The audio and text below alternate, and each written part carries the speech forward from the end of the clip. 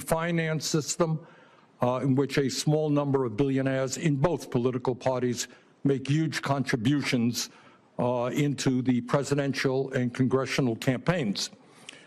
When you have a small number of multi-billionaires who have enormous economic, media, and political power, would you agree?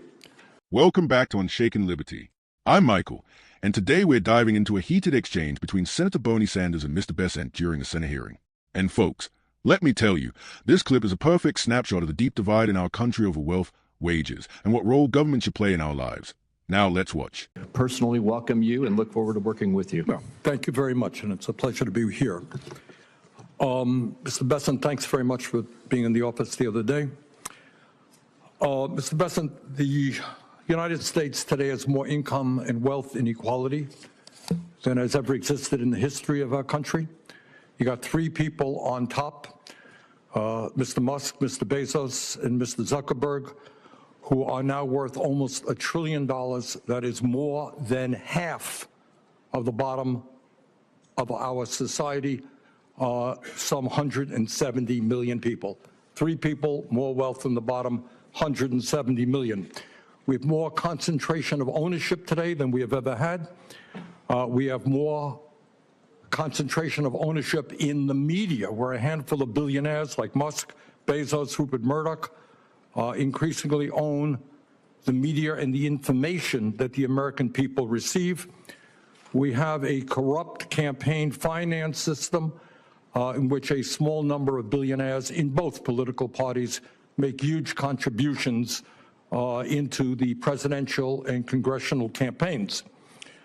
When you have a small number of multi-billionaires who have enormous economic, media, and political power, would you agree with President Biden, who last night stated, and I quote, "An oligarchy is taking shape in America of extreme wealth, power, and influence that threatens our entire democracy, our basic rights, and freedoms," end of quote. That's what President Biden said last night.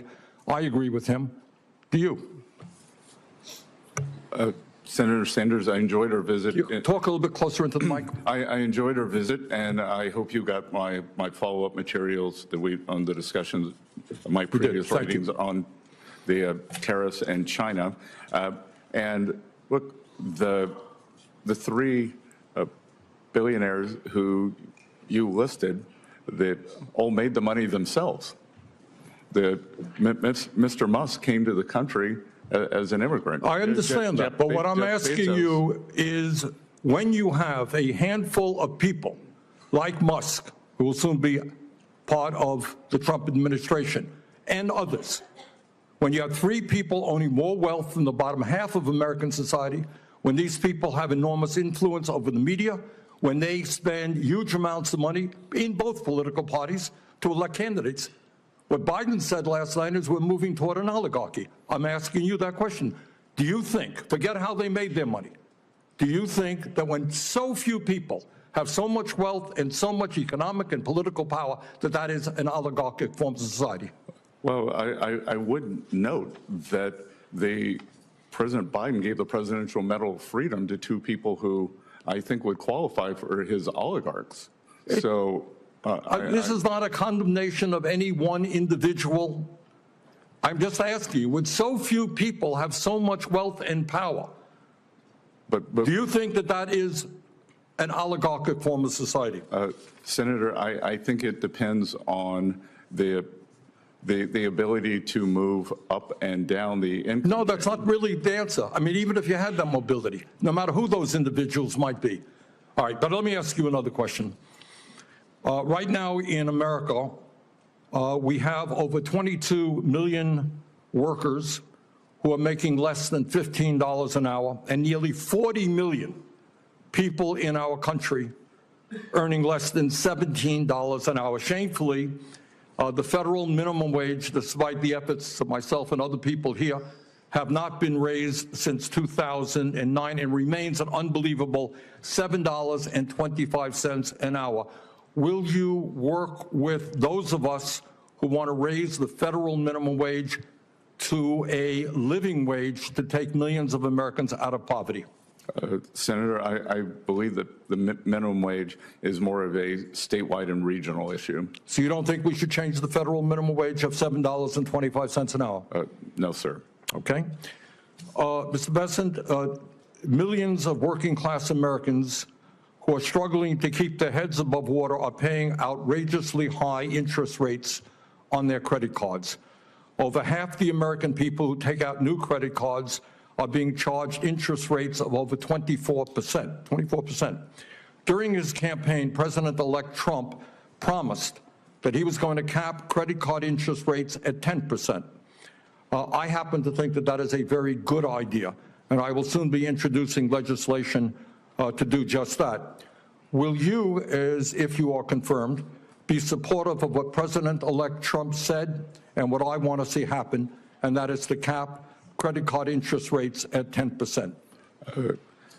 Senator, I think we can both agree that many credit card companies have been bad actors throughout history, and I will get back to you once. Now, very simple question. Trump said he wants to cap credit card interest rates at 10%. I agree with him. Will you be supportive of what Trump and I would like to do?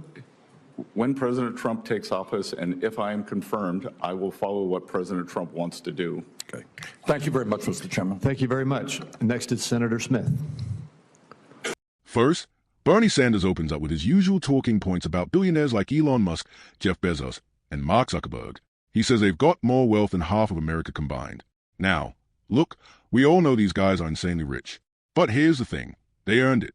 Musk came here as an immigrant, built companies that changed the world, employed tens of thousands of people, and created technology that benefits everyone. That's not oligarchy. That's the American dream in action. Bernie then accuses billionaires of buying elections through campaign donations. But folks, let's be honest. Both parties are donors, and Americans still vote with their own free will. No one is forcing people into the ballot box. That's democracy. What Bernie calls oligarchy is just freedom of speech in action, people using their money to support the candidates they believe in. Then Sanders pivots to wages. He wants a $15 federal minimum wage. Sounds nice, right? But here's the reality. A one-size-fits-all mandate doesn't work for America. States and local communities know their economies better than Washington, D.C. does. Forcing small businesses in rural towns to pay the same wage as in New York City would crush mom-and-pop shops and cost jobs. Mr. Bessent was right to stand his ground. Wages should be left up to the states. And then we get to the issue of credit cards. Sanders hammers banks for charging 24% interest rates and says Trump promised to cap it at 10%. Now listen, I get it. Nobody likes high interest. But this is where Trump is smart. Instead of handing power to unelected bureaucrats, he said if his administration decides to act, they'll act. That's leadership, not virtue signaling in a Senate hearing. What you see in this exchange is a fundamental difference between conservatives and the radical left. Bernie Sanders wants more government control, control over wages, control over finance, control over the economy. But patriots like us know the truth. The freer the market, the stronger the nation. Let Americans work hard, dream big, and keep government out of the way. So what do you think? Is Bernie right that America is sliding into an oligarchy? Or do you believe, like I do, that the real threat to liberty is too much government interference? Drop a comment below, hit that like button, and don't forget to subscribe to Unshaken Liberty. We're here to keep the flame of freedom burning bright. God bless you, and God bless America.